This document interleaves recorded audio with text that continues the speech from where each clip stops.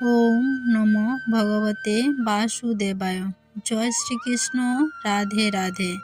নমস্কার দর্শক বন্ধুরা, ধর্মকথা চ্যানেলে জানাই আপনাদের সুস্বাগতম। আশা করছি ঈশ্বরের কৃপায় আপনারা সকলে ভালো আছেন এবং সুস্থ আছেন।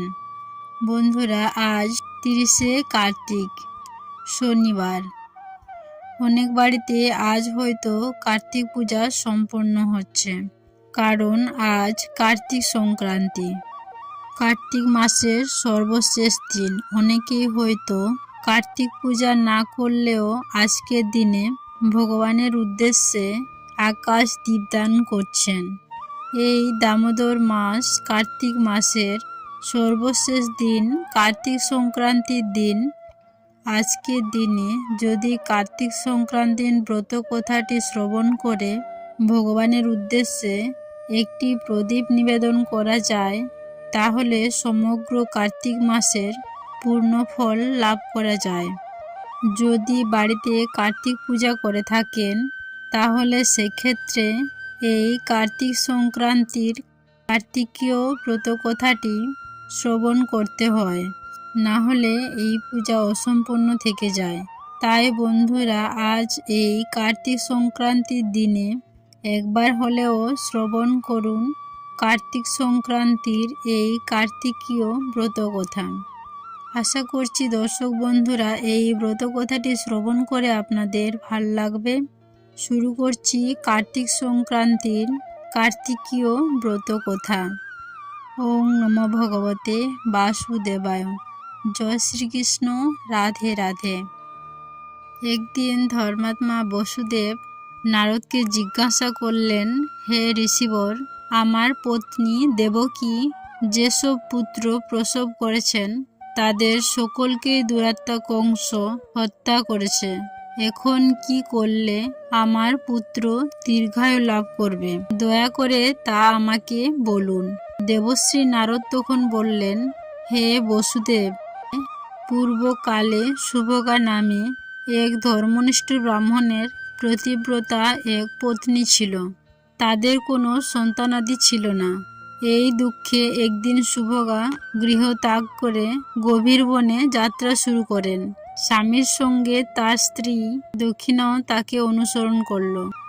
ব্রাহ্মণ পত্নী সহ সেই বনে এক সরোবর তীরে উপস্থিত হয়ে দেখল কয়েকজন নারী সে স্থানে সমবেত হয়ে ধানের অঙ্কুশ দ্বারা স্থবিত স্থানে অষ্টদল পদ্ম রচনা করে তার মধ্যে কার্তিকের মূর্তি স্থাপন করে ব্রত করছে।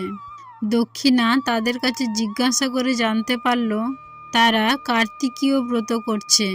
সেই নারীদের কাছে দক্ষিণা জানতে চাইল যে এই ব্রত করলে কি ফল লাভ হয়।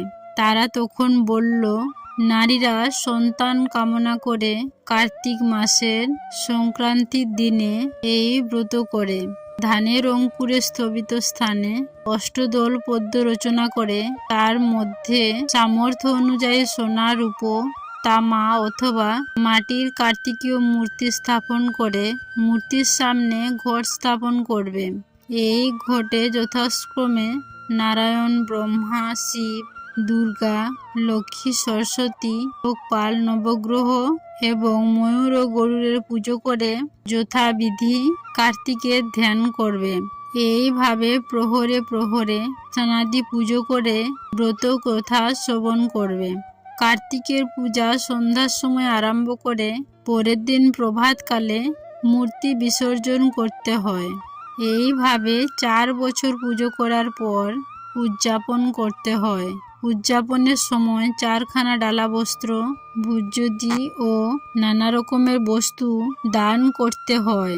নারীরা এই ব্রত পালন করলে পুত্র পৌত্রাদি নিয়ে সুখে জীবন যাপন করে পরকালে পরম প্রীতি লাভ করে থাকেন। কার্তিকের পূজা করলে সন্তানহীনা নারীদের সুস্থ সবল ও বুদ্ধিমান সন্তানের লাভ হয়। এরপর দক্ষিণা নিজ গৃহে ফিরে এসে ভক্তি ও নিষ্ঠা সহকারে কার্তিকীয় ব্রত আরম্ভ করল।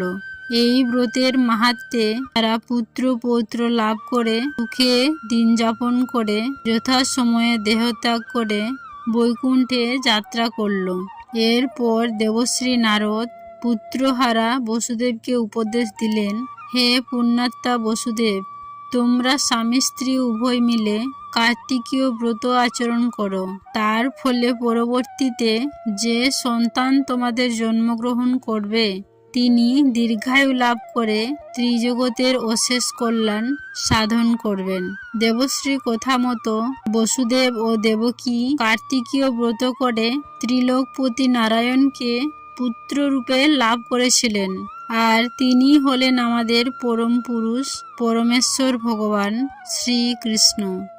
আর এই কার্তিক মাস তার নামেই উৎসর্গ করা হয়, যে কারণে কার্তিক মাসকে বলা হয় দামোদর মাস।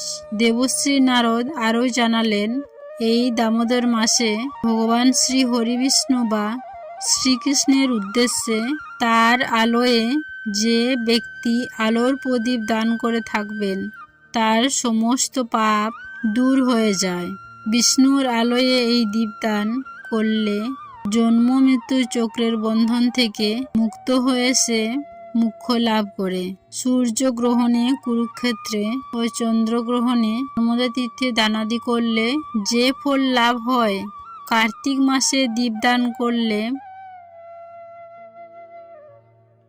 তার চেয়েও কোটি গুণ ফল লাভ হয়ে থাকে। আজকের দিনে দীপদান করলে তার সর্বপ্রকার যজ্ঞ সকল প্রকার তীর্থে অবগাহন করা হয়। এর প্রকৃষ্ট উদাহরণ পক্ষে নারদ ঋষি বললেন, স্কন্দ পুরাণে পূর্বকালে দ্রাবিড় দেশে বৌদ্ধ নামে এক ব্রাহ্মণ ছিলেন। তার স্ত্রী ছিলেন খুবই দুষ্টা প্রকৃতির ও দুরাচার সম্পন্না। ওই স্ত্রীর সংসর্গে থাকার ফলে ব্রাহ্মণের আয়ু ক্ষয়প্রাপ্ত হয়ে তিনি মৃত্যু মুখে পতিত হলেন। পতির মৃত্যুর পরেও ওই স্ত্রী আরও বিশেষভাবে ব্যভিচারে লিপ্ত হল। এমনকি লোক নিন্দার ভয় না করেও সবার সাথে নির্লজ্জের মতো ব্যবহার করতে লাগলো। তার কোনো পুত্র বা ভাই ছিল না। সে সর্বদাই ভিক্ষার অন্ন ভোজন করত। নিজের হাতে প্রস্তুত না করে সর্বদাই ভিক্ষার অন্ন ভোজন করত। পরের বাড়ি থেকে ভিক্ষা করে বাসি অন্ন খেত। তীর্থযাত্রা আদি থেকে সর্বদা দূরে থাকত। সে কখনো কোনো ভালো কথায় কর্ণপাত করত না। একদিন এক বিদ্বান তীর্থযাত্রী ব্রাহ্মণ তার গৃহে আগমন করল। তার নাম ছিল উৎস। ওই স্ত্রীলোকটিকে ব্যভিচারে আসক্ত দেখে মহর্ষি উৎস বললেন, ওরে মূর্খ নারী, মনোযোগ সহকারে আমার কথা শ্রবণ কর। এই পৃথ্বী সমস্ত কিছুই পঞ্চভূত দ্বারা তৈরি। এই রক্তমাংসের শরীর যাকে কেন্দ্র করে তুই এই পাপ কাজে লিপ্ত হচ্ছিস, এই শরীর যা একদিন অবশ্যই বিনষ্ট হবে। এই শরীরকে তুই যদি ভোগের উদ্দেশ্যে পাপ কাজে লিপ্ত থাকিস তাহলে এর পরিণতি হবে ভয়ঙ্কর। তাই নিজের বিচারপূর্বক এই মোহ ত্যাগ কর। ভগবান বিষ্ণুকে স্মরণ কর এবং তার লীলা কাহিনী শ্রবণ কর। এখন কার্তিক মাস আগত হবে, তখন ভগবান দামোদরের প্রীতিবিধানের জন্য স্নান দান আদি কর্ম করে গৃহে বা মন্দিরে ভগবান বিষ্ণুর উদ্দেশ্যে দীপ নিবেদন করে শ্রী বিষ্ণুকে পরিক্রম করে প্রণাম করে বলো, আমার এই পাপের বোঝা থেকে আমায় মুক্তি দিন।